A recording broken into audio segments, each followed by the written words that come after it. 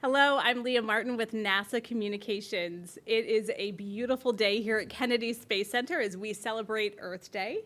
Today's event gives students both here in person and across the nation an opportunity to find out how technology and science coexist with nature here at our center. Here today to talk to us about Kennedy's stewardship of land and resources, our partnerships with other federal agencies, and exciting NASA initiatives. I'm joined by Don Dankert, environmental biologist here at Kennedy Space Center. Jeff Collins, environmental protection specialist here at Kennedy Space Center. Stan Howarder, wildlife biologist with the U.S. Fish and Wildlife Service. And Kelly McCarthy, Education Program Specialist at NASA's Stennis Space Center. Thank you all so much for being here today. We're excited to hear about the insight that you have to share with our students. And Don, without further ado, we'll start with you. Awesome, thank you. Well, hey, welcome y'all. It's exciting to be here with you guys and talk to you a little bit about what we do here at KSC. As Leah said, my name's Don Dankert. I work in the environmental management branch here at KSC for NASA, and I'm the lead for our environmental planning group. Overall, within our branch, we do a lot more than just natural resources, although Jeff and Stan, we're a little more natural resource specific in what we do, but also within our groups, we have an energy and water group. We have a sustainability group. We also, cultural, historic resources is also something that we're very involved with. And our sister branch works specifically with environmental permitting, things like contamination, remediation, air quality. And so we have a very large staff of subject matter experts that really cover all, I guess it's everything environmental to say, right? From air and water to what we're more concerned with and specialize in with the management of the natural resources here on center. I think you got an opportunity with Mr. Brooks this morning to spend some time out on the beach on our dune project, which is near and dear to my heart. I've worked on that project, I think since I started. I've been working on the project now for about 12 or 13 years out on our beach. Coastal sustainability, obviously. You saw that firsthand and probably talked a lot about it out there as a big deal here at KSC. We're bordered on the east side by the Atlantic Ocean, and then the interior portions by the lagoon and the river as well. So we're kind of an island. So coastal erosion, those type of things are very important to us. And I think you had an opportunity to kind of see some of the hands-on work we do with our long-term monitoring, how we go out and do surveys, some of the technology that we employ when we're things like doing animal sampling and those type of things. So I unfortunately don't get to do much of that on the ground fun work anymore. I spend most of my time behind a desk, but our counterparts that were out there with you this morning demonstrating some of that. We have an amazing staff of ecologists, biologists, geologists that they're really kind of the heartbeat of what we do. They're the ones that are out there every day, continuing monitoring to ensure, as Leah pointed out, we're not just the world's preeminent launch center. We're also on a national wildlife refuge. This is as you've driven around and taken a look at this place, it's a very, very unique place, not just within Florida, but certainly within the country. So one of the big things that we do, and we've been doing now for, I believe, 60 years. We celebrated 60 years with the refuge. The refuge was established just a little over 60 years ago, but kind of finding that balance in how we exist here as a operational launch complex, not just with NASA missions, but the commercial missions, and then balance that with managing a amazing National Wildlife Refuge.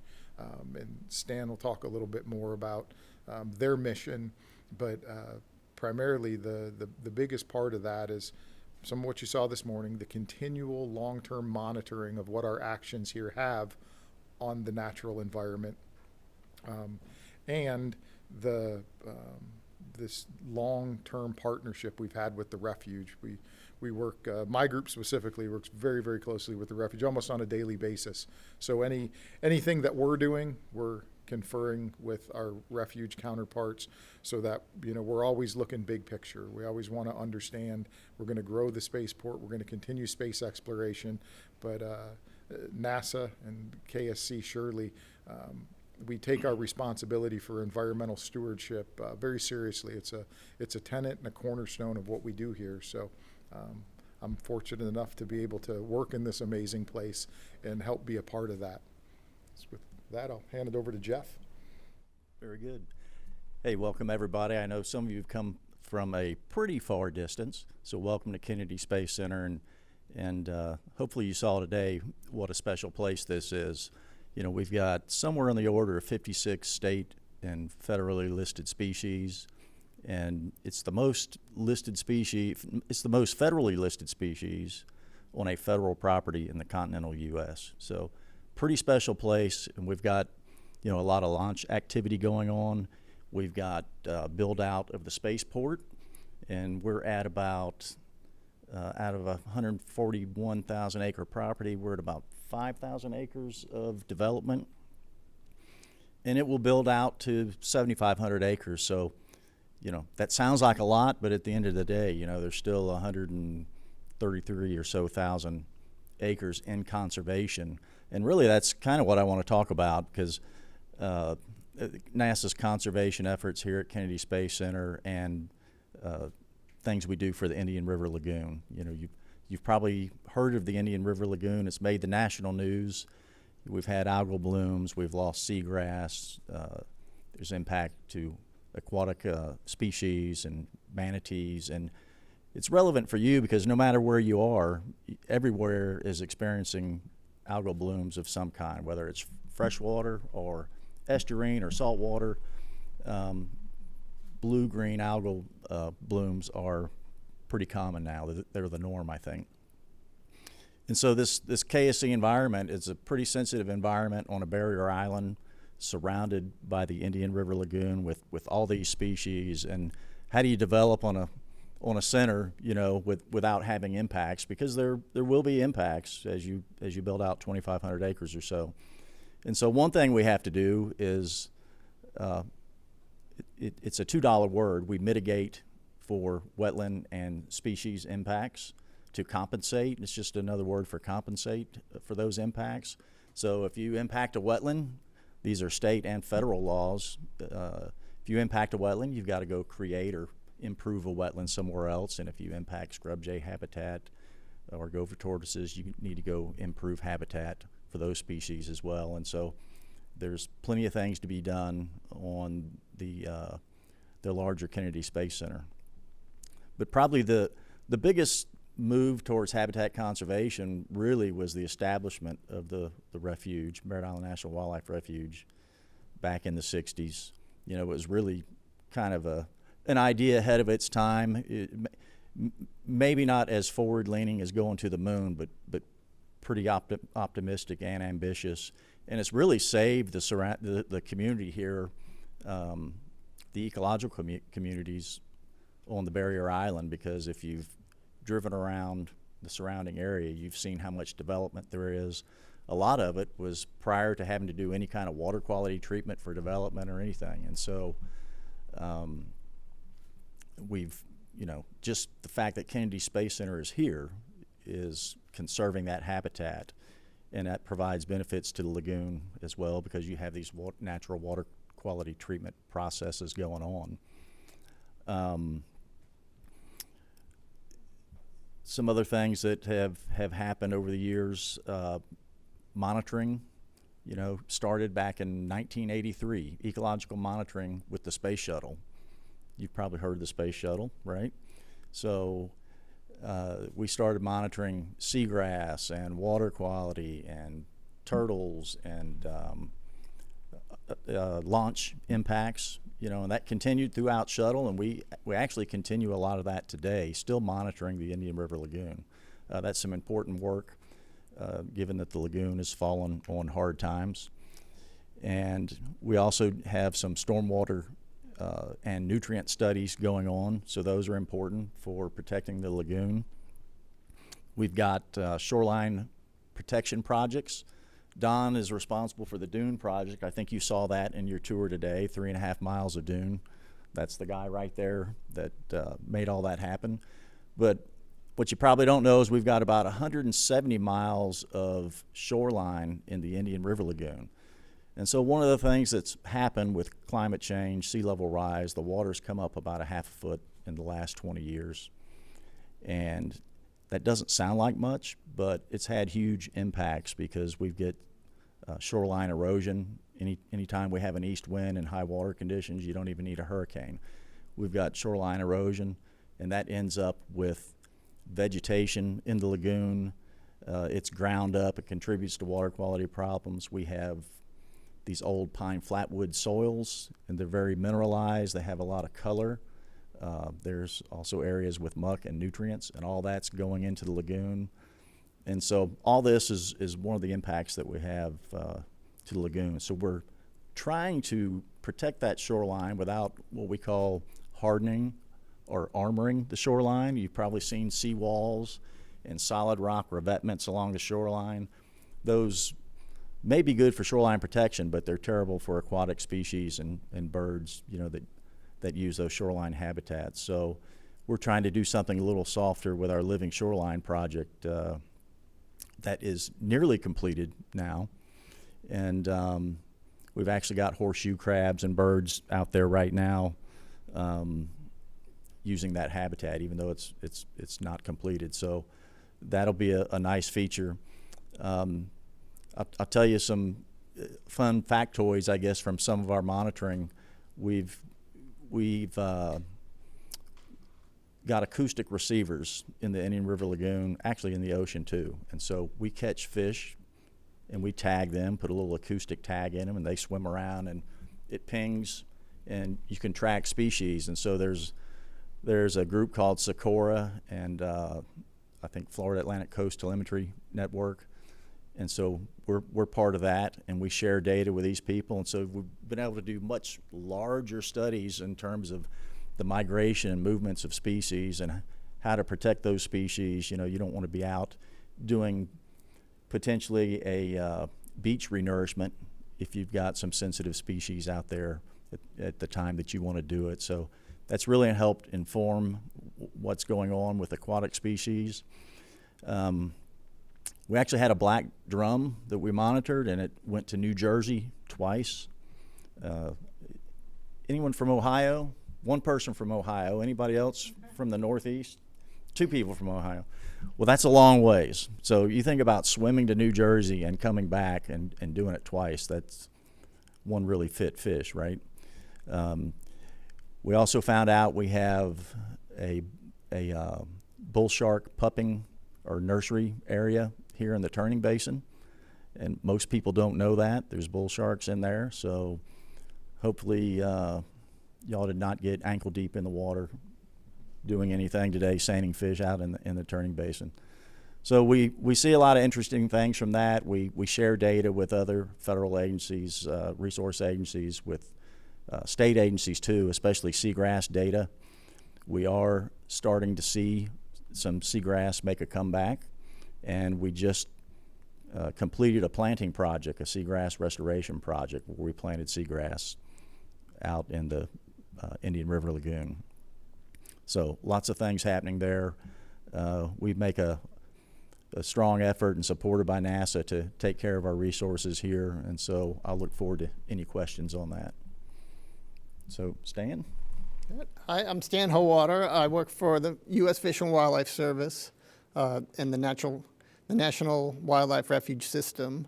So when NASA established the Space Center here, they purchased about 140,000 acres in order to create a buffer area for the rocket operations. So at that time, this was some of the most pristine areas in Florida, and the ability to launch rockets without having homes and people in the way created an opportunity for the Fish and Wildlife Service to manage this natural area. So that NASA asked the Fish and Wildlife Service to help them manage this buffer area, and the buffer area became Merritt Island National Wildlife Refuge. So the overall NASA property is what we call an overlay refuge, where NASA owns the land, but the Fish and Wildlife Service manages the natural resources on that property. So we manage a variety of different habitats here that are fairly unique in Florida because of some of the last undisturbed areas. Between the NASA property and the Space Force Center, there's 42 miles of undisturbed beach, which is very important for nesting sea turtles, for the southeastern beach mice, which the Space Center and the spaceport to the south is pretty much the entire population of southeastern beach mice. And then in addition to that, we have some of the best coastal scrub habitat, which is incredibly important for species like the Florida scrub jay. Florida scrub jay is endemic to Florida, and there's very few populations left, and this is the #2 population left for Florida scrub jays. In addition to that, we manage some of the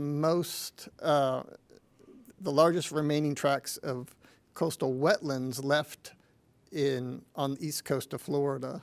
And this is very important to migratory water birds, such as waterfowl, and wading birds and shorebirds. That's it. Thanks, Dan. So my name's Kelly. I work with our Office of STEM Engagement on our Next Gen STEM project. And I'm really excited to talk with you all about an initiative that it's based in a partnership we have with the USDA Forest Service. And it was motivated by the recognition that we need to focus on things like environmental stewardship, ecological preservation, green infrastructure, all the things that we heard about from the team here that is happening right at Kennedy, sort of helped us drive this project that we're working on that's tied to the Artemis program. So we have a couple charts we can pop up on the screen, but I want to start by saying that the Next Gen STEM project is focused on working with students like yourselves and educators to prepare the future STEM workforce across all fields. And we really want to make sure that we're elevating your voices, and we're really excited that you're here and going to be making your voice heard through the product that you develop. So thank you for being here and making time throughout the course of the day. You can go ahead to the next chart. I want to start with a little bit of history. So a little over a half century ago, astronaut Stuart Roosa was getting ready for a moonbound mission with Apollo 14. Before Roosa became an astronaut, he was a part of the U.S. Forest Service, serving as a smoke jumper, and had really tight connections to sustainability and conservation efforts, as well as land management. Roosa had the opportunity to take a special payload to his trip to lunar orbit, and working with the Forest Service at that time was able to carry a pouch of 5 different tree species in seed form to travel with him and spend 3 days in lunar orbit. When the seeds were returned to Earth, they were germinated by the Forest Service and sent out to dignitaries across the U.S. as part of our bicentennial celebration in the 70s. And some of them made their way to NASA centers. So I think maybe some people got a chance to visit the Moon Tree Garden that's located right here at Kennedy. If you visit any other NASA centers or some universities, you may find some of the moon trees of the Apollo era standing tall today, 50 years later. As we were getting ready to launch Artemis 1, the Next Gen STEM project, which is part of our Office of STEM Engagement, worked with the USDA Forest Service to think about what we could do to honor the legacy of that project, and really think about how we could emphasize the importance of global stewardship and conservation efforts. And this is the beginning of some opportunities that we hope that you and your teachers will stay involved in with us. So if you go ahead to the next slide over, That was your little stop at Kennedy. One more. I'm going to talk about where we are today. Fast forwarded 50 years. On Artemis 1, we again worked with the Forest Service to send 5 species of tree seeds to on a journey toward the moon aboard the Orion capsule. The seeds traveled further than any spacecraft made for humans has ever traveled before, launching last November. The seeds that were selected include Douglas fir, loblolly pine, sweet gum, sycamore, and giant sequoia. The reason that they were selected by the Forest Service is because collectively they cover a broad geographic area of the lower 48 states. They almost exactly mirror the tree seeds that were taken on Roos's flight, with the exception of one. The Forest Service decided to go with the giant sequoia versus coast redwood, which was taken up on Roos's flight because it had more versatility in the replanting sites that it can be located in. The Forest Service is planning to do genetic testing on the seeds that have returned. And something that's really exciting is that they included a couple of different sources of seeds so that we can make sure that there's opportunities for long-term genetic adaptability in the outplanting sites that are selected. While the Forest Service will be conducting a genetic study on the trees as they grow, a critical part of the initiative was embedding education programming with connections to STEM, global stewardship, Earth action, with themes that include data literacy, citizen science, conservation education, earth science connections, and sustainability. I want to share a little bit about what's happening now with this initiative. And if you go ahead to the next chart, we can talk a little bit about the exciting news that happened last December. So on December 11th, the Orion capsule that carried this new generation of moon tree seeds splashed down in the Pacific Ocean, made its way back right here to Kennedy Space Center. The seeds were decommissioned as a payload, and in February of this year, just a few months ago, we had a chance to test nearly 2,000 tree seeds of those 5 different species for viability. And found out that we were ready to send them out to sites to start the growing process. So their journey took them on a lunar-bound mission back to the Pacific Ocean, back here to Kennedy, and then to a nursery in Bend, Oregon, that our partners at the Forest Service run, where they went through that testing. And since then, just a few weeks ago, they've been shipped out to nurseries across the U.S. where they're starting to germinate into seedlings. We're expecting to announce information about a really cool opportunity for education organizations, schools, informal community organizations to potentially be the host of a moon tree seedling at their site, with the expectation that we'll be able to work together, your organizations and NASA's Office of STEM Engagement, to build out some really cool education and research and science initiatives. We have a lot of resources available through the Forest Service to help identify comparative studies and ways that we can collectively exchange information that we learn about the trees. And we're really excited to hear from you all about how you might be interested in engaging with that project. The information will be released through NASA STEM social channels and our newsletters, and we'll make sure that you have access to those links and resources when they're ready.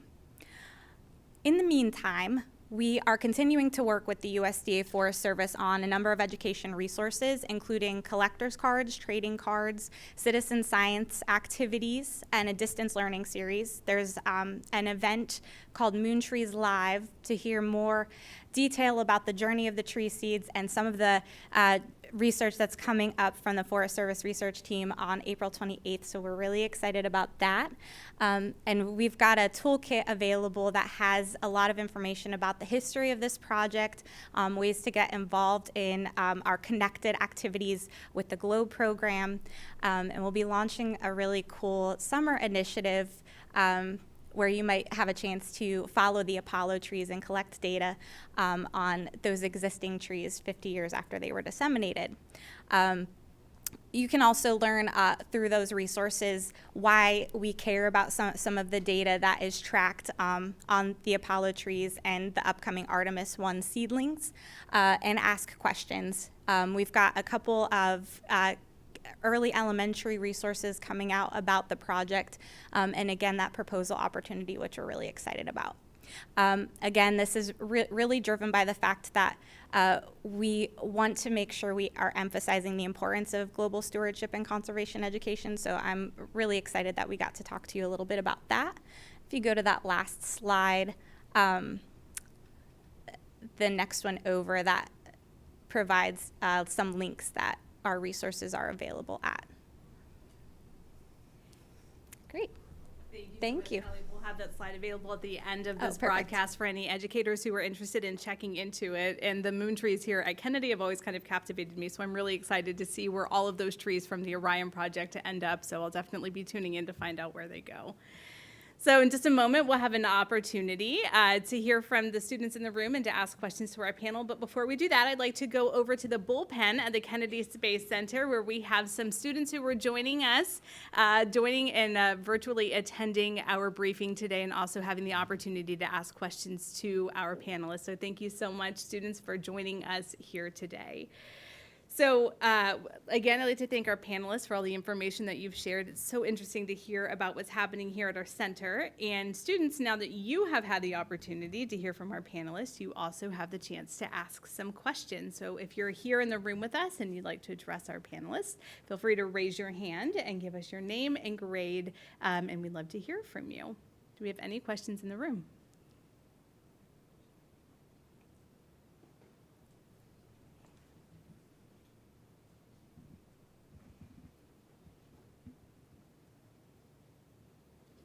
I'm Will, and I'm in 8th grade. My question is, in your research, what is one thing that is important to share or teach to our future generation that would help preserve our environment for a longer period of time?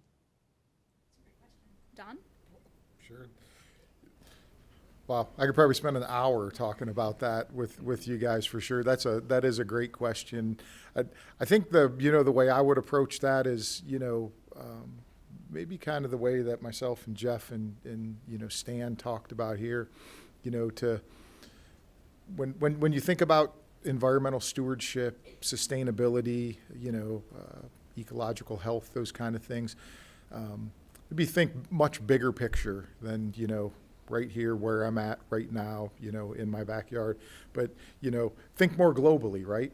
Here at the Kennedy Space Center, I mean, it's, we think, not just about what we're doing here, but regionally, as Jeff talked about the lagoon, we're one small portion of that, but we, think about the work that we do and the studies that we do are much, they're applicable outside of our geographic region to our north and south, so thinking big picture, what are the impacts of what we're doing here, or, what are the potential impacts of what I'm doing that are not just going to affect me right here, right now, but, my community, everything around me, think big.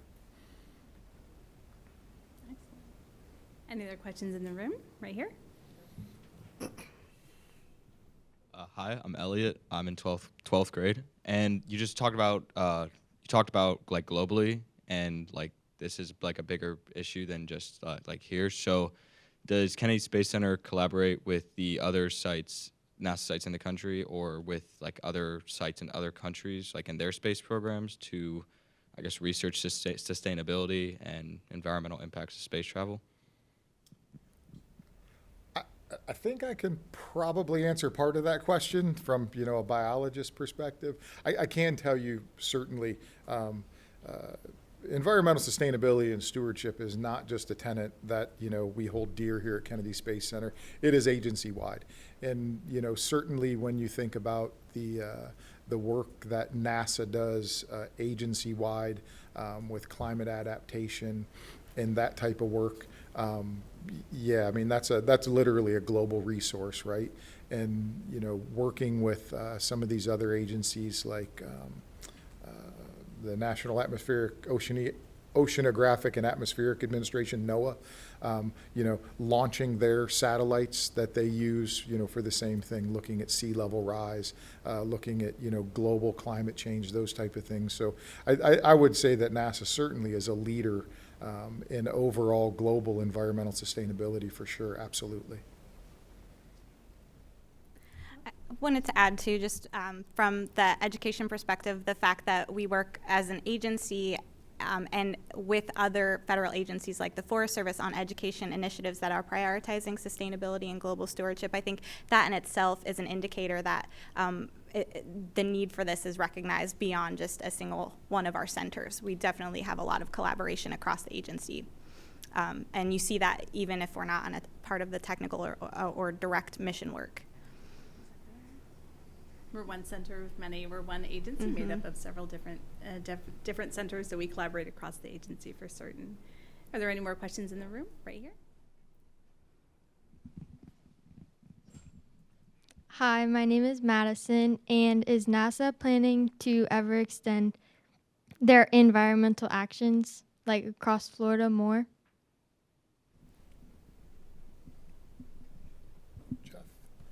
Let me make sure I understand the questions. I missed some of that. Is NASA planning to, I missed it. Extend like their acres more, like get more acres to Oh. make more reserves or anything? Well, as far as I know right now, and by the way, I didn't mention this before, but we have a whole center planning group of, really smart people. That doesn't include Don and I. We're not planners, but as we build out the center, they look at environmental constraints and whether it's sea level rise or listed species, or a little thing we call QD arcs. If you have something that might catch on fire or explode, you need a certain buffer around that, right? So you don't want to be packing in development there. And so we do a really good job of that. And through that planning effort, I haven't heard of anything NASA expanding throughout Florida. Have you heard anything on that? I don't necessarily think the Kennedy Space Center is going to get any bigger, but I mean, I would say this, a lot of the work that our group focuses on from, environmental conservation studies, those kind of things, the work that we collaborate with on the refuge, on species and natural resource management, is utilized by many people, not just across the state of Florida, but across the nation.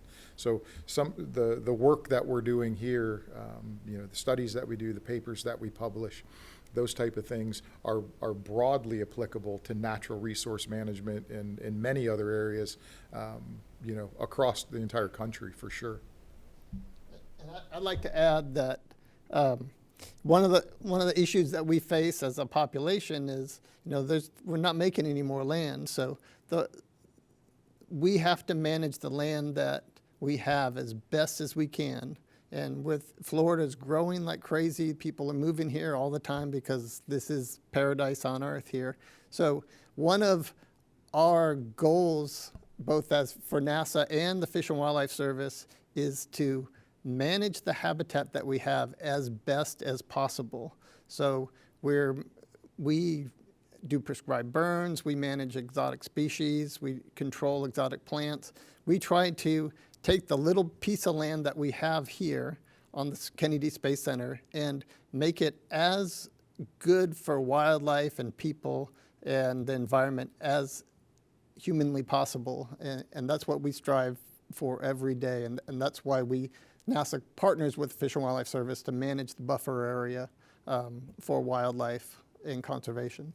But to that point of expansion, the refuge and Canaveral National Seashore both have added on their own property, right, to the KSC property. You've got your own land holdings. Yeah, but there's not a lot left to purchase and to acquire, but I think the point is that we manage everything that's out there as best as we can. Steward what we have well. Very well said. We did have a submission sent in from a student. Ben from Atlanta has a question that he'd like to address to the panelists. Ben? Hi, I'm Ben from Atlanta, Georgia, and I'm a junior. And my question is, what is NASA doing to monitor methane emissions? So we actually reached out, as we said, Kennedy Space Center is one center as part of our agency, and so we've reached out to our friends at Goddard Space Flight Center. Dr. Leslie Ott, meteorological studies researcher, actually responded and let us know that NASA's working hard to find ways to measure methane from the ground, air, and space. We've recently developed an instrument called EMIT, or the Earth Surface Mineral Dust Source Investigation, to measure mineral dust on the International Space Station, and scientists have shown that under certain conditions, EMIT can detect very large concentrations of methane produced by some types of human activities, like oil and natural gas production. These new data complement airborne missions, where scientists are using innovative approaches to measure emissions of carbon dioxide and methane over all oil and gas facilities, landfills, agriculture, and vulnerable wetland ecosystems. And scientists then use that data to improve estimates of natural greenhouse gas emissions that may change in a warming world. We also coordinate with scientists around the world to maintain ground-based networks, which is networks that we have here, to ensure that satellite data are consistent and high quality, and all of these data feed into complex models that help us track methane emissions and how they are changing and impacting our planet now and for decades to come. So thank you so much to Leslie for sharing that with us, and thank you to Ben for that question.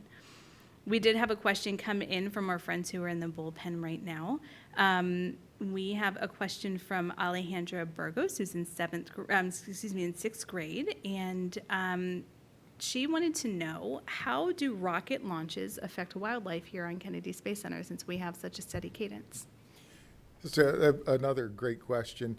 I think, largely, obviously, that's something we've looked at for a long time, monitoring our launch events, understanding, specifically, through the shuttle era. As I think Jeff pointed out, our ecological monitoring staff and our program is probably approaching about 35 years of consistent, continued environmental monitoring. But specific to launches, I think what we really find is that animals, critters, they have something called a startle response, right? So much like, us, a big loud noise, you shake, you run. Animals tend to do the same thing. So in and of itself, launch complexes are big, noisy, industrial type places. But, on the outskirts of that, what we see and observe is that, when those engines fire up and there's that loud noise, it triggers that startle response. Birds fly away, beach mice, gopher tortoises crawl back into their burrows, alligators submerge, that type of thing. So we haven't really had any specific impacts to the wildlife specific to launch activity, because most things take off when they hear the loud noise. And a couple other things on that, we also monitor wading birds, for example. So we want to make sure there's no rookeries that come in next to one of our launch pads, because that's bad for birds and bad for rockets too. Bad for people if there's a human launch. So we do that, and then Stan may be one of the lucky ones that gets to go out when NASA has a launch. We have some catchment basins out there to catch the deluge water from the rocket launch. And so before that launch, they go out, and if there's any turtles or alligators or anything in there, they get to capture all those critters and move them out of harm's way. Those animals get a free vacation for a little bit, huh? Cost-free relocation. Okay, do we have any more questions here in the room, right here in the back? My name is Gloria Edith. I'm in 9th grade. And going back to the topic about dunes, why are the dunes here in Kennedy Space Center important to the wildlife that lives there? Excellent question. Why are the dunes here at Kennedy Space Center important to the wildlife who live here? Oh, sure. So our dunes, when you were standing out there in the dunes, there are a lot of plants on those dunes, and I think Stan talked a little bit about the area our coastal strand area. There are quite a few threatened and endangered species that occupy those. The southeastern beach mouse, those dunes are very important to them. Gopher tortoises, indigo snakes, and a whole host of other species. So to say nothing of the, 3,000 to 5,000 sea turtles we have nest on our beach every year. So when we considered and started building those secondary dunes that we call them, their primary purpose is to protect our infrastructure from flooding and storm events, but also being cognizant of that is very valuable habitat. So working with the refuge and others, came up with a plan to where all the plants that you saw on that dune, every single one of them, they're all native.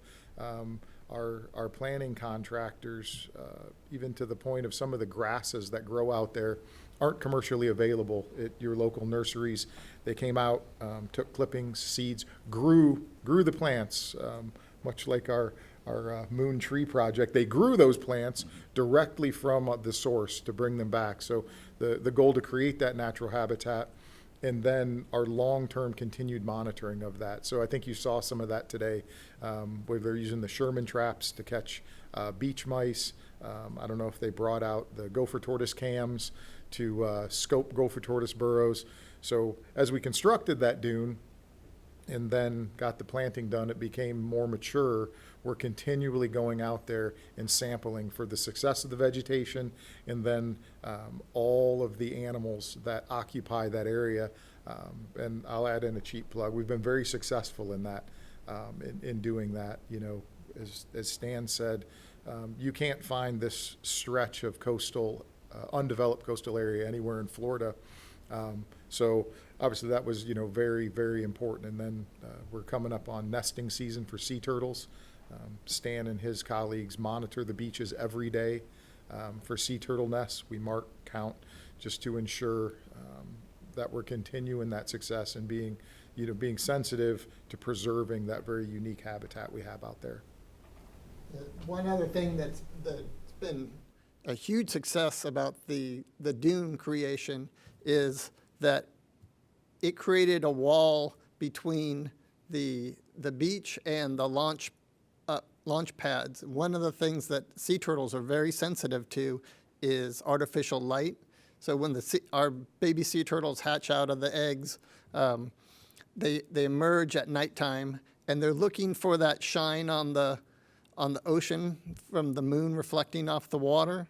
And it's very easy for sea turtles to get distracted by artificial lights and wander towards the light source rather than making their way to the ocean.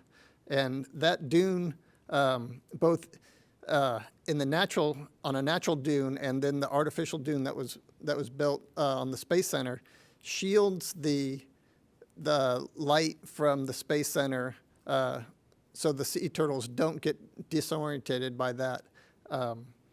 Because there are times, the Space Center is very good about turning the lights off when they can, but there are certain operations that the lights on the pads need to be left on so that they can do preparations for launches. But since the dune's been created, we have not had any disorientations of baby sea turtles going towards the pads in the areas where the dune is present. Thank you so much.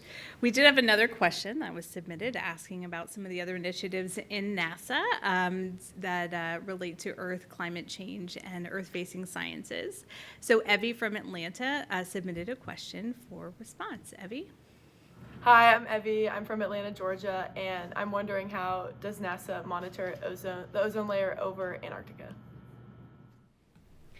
So again, we reached out to one of our subject matter experts, and Dr. King Ling, research scientist at NASA's Goddard Space Flight Center, responded that NASA has been making satellite measurements of ozone through the globe, including Antarctica, since the 70s.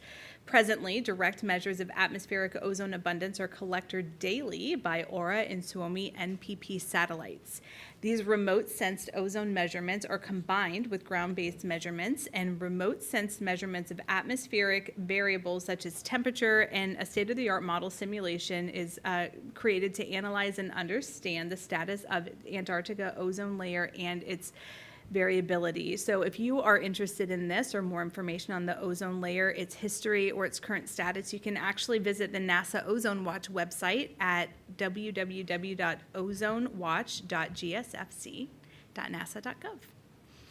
We do have another question submitted from our students who are joining us from the bullpen, and I think this one maybe Kelly will take down to you. We wanted to know, how do you continue to build awareness of environmental issues beyond the Earth Day celebration? I think you were talking about some of those initiatives earlier. Sure. I think one of the ways we raise awareness is by partnering across different organizations who are doing that work. The research teams like those at Goddard are the subject matter experts that our Office of STEM Engagement work with closely when we're building out resources like the Moontrees Initiative.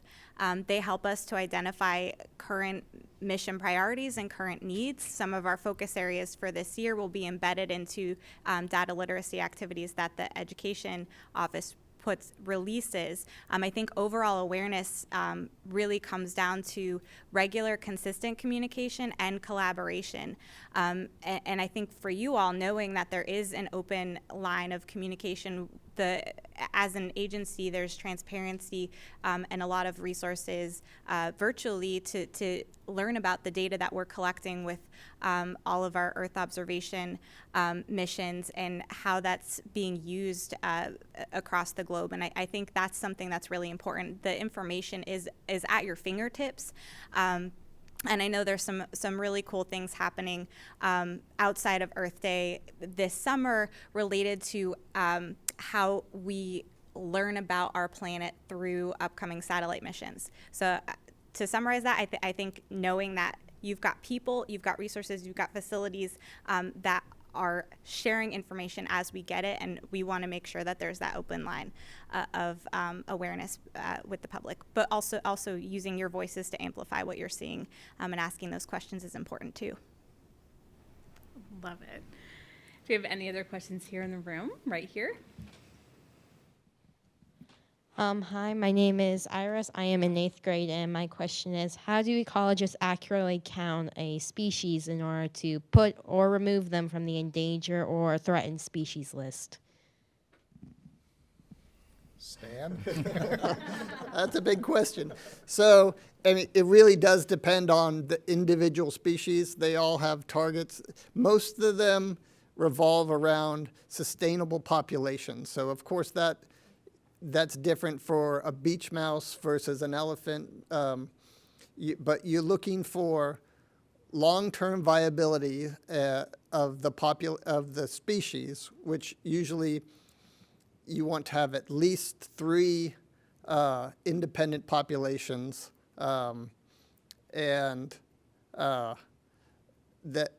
that even if one of those populations blink out, then you have other populations. But it really does depend on the individual species. So, panthers, like the Florida panther, there's never going to be a huge number of panthers in the United States compared to beach mice, which intrinsically there'll always be larger populations in a viable population compared to a viable population of panthers. But it really is an individual species but it all comes down to population viability and what is the number of individuals that you need to ensure that they continue to exist on the landscape for an extended period of time. Excellent. We do have a question from one of the students who's joining us from the bullpen, and Brady, who's an 8th grader, wants to know, what are ways that we can help turtles and keep them safe from pollution?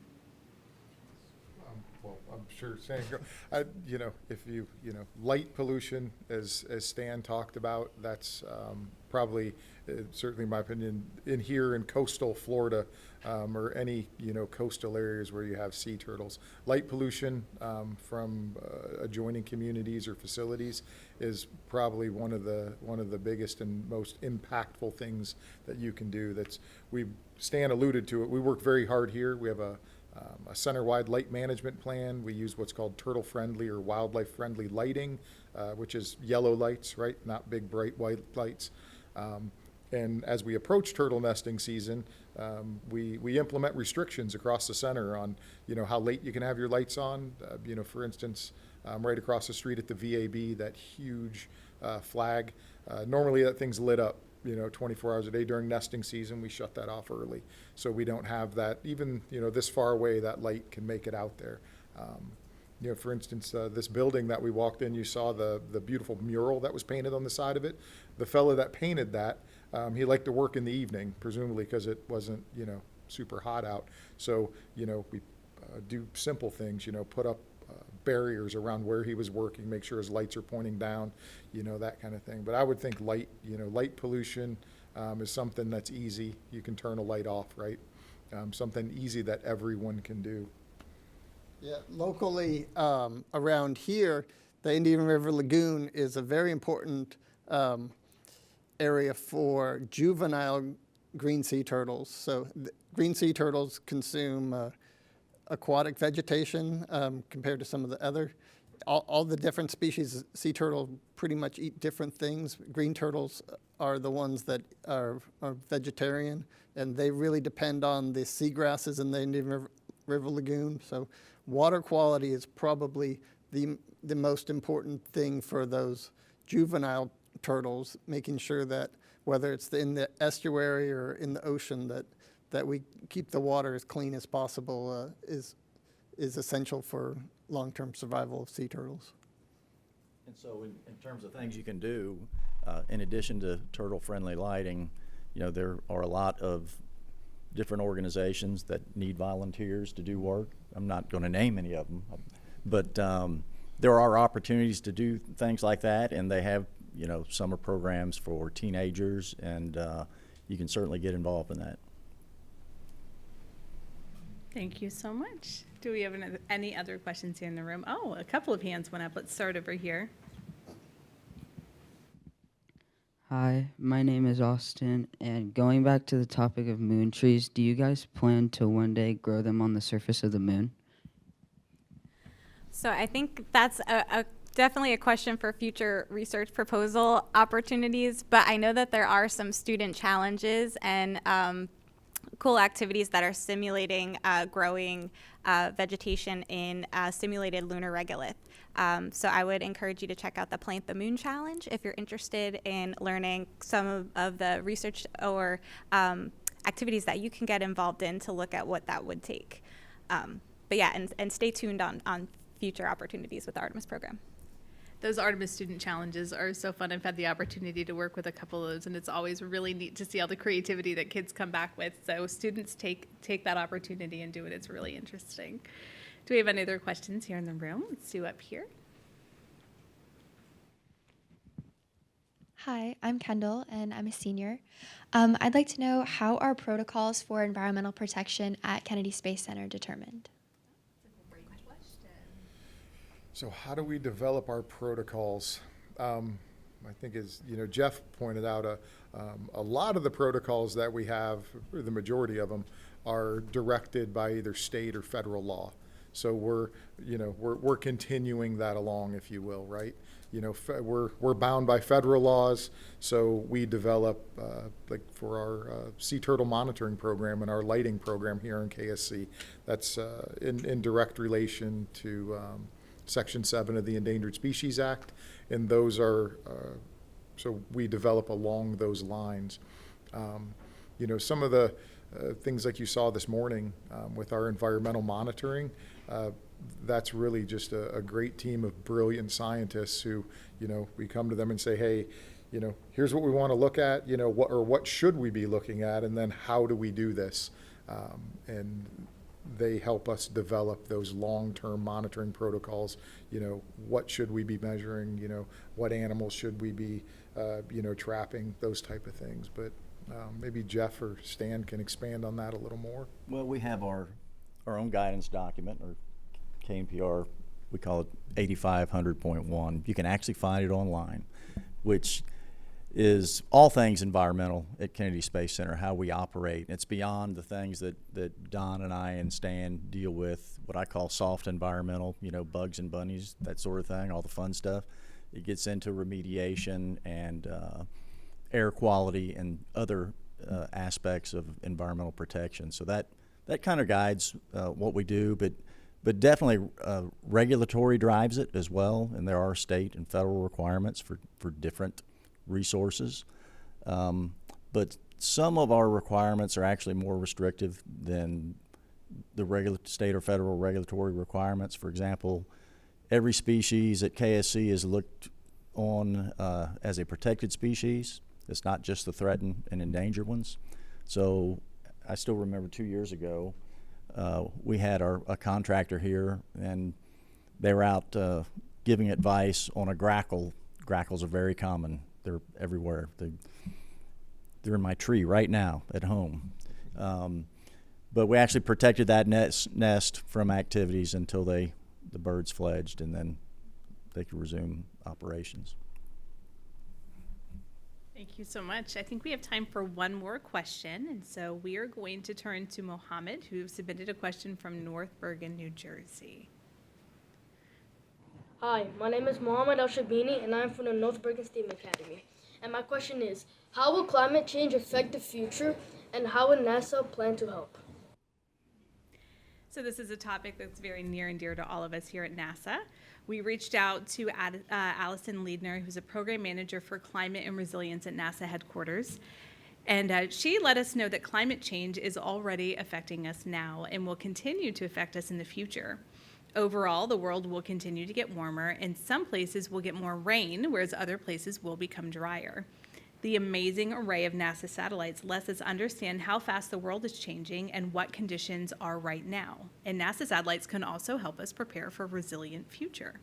For example, understanding how much sea levels will rise in a specific location can help cities decide where they should put new buildings, and understanding drought conditions can let farmers know how to better utilize their water resources. So you can learn more information about climate change and climate change solutions that are being headed up by NASA by visiting climate.nasa.gov. So we invite all of you to visit that site.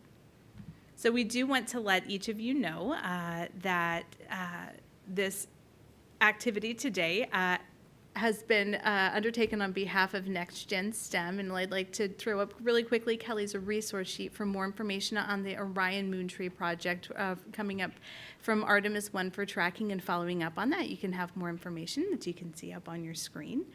And that is all the time that we have for today, but we'd like to take a moment to thank all of our panelists, our students who joined us here in the auditorium and over next door at the Kennedy Space Center press site, and then of course everybody who's joined us from across the country on NASA TV. This event is part of NASA's Next Gen STEM project, which reaches students where they are in classes and informal education programs at home, at Kennedy Space Center, on the beach, on TV, wherever each of you are today. So for more information on NASA's online community of practice for educators, as well as more NASA STEM content, like you saw today, information on upcoming events that we have, Artemis student challenges, and what NASA's doing in connection with Earth Day, please visit nasa.gov/STEM. And from all of us here at Kennedy Space Center, we would like to wish all of you Happy Earth Day.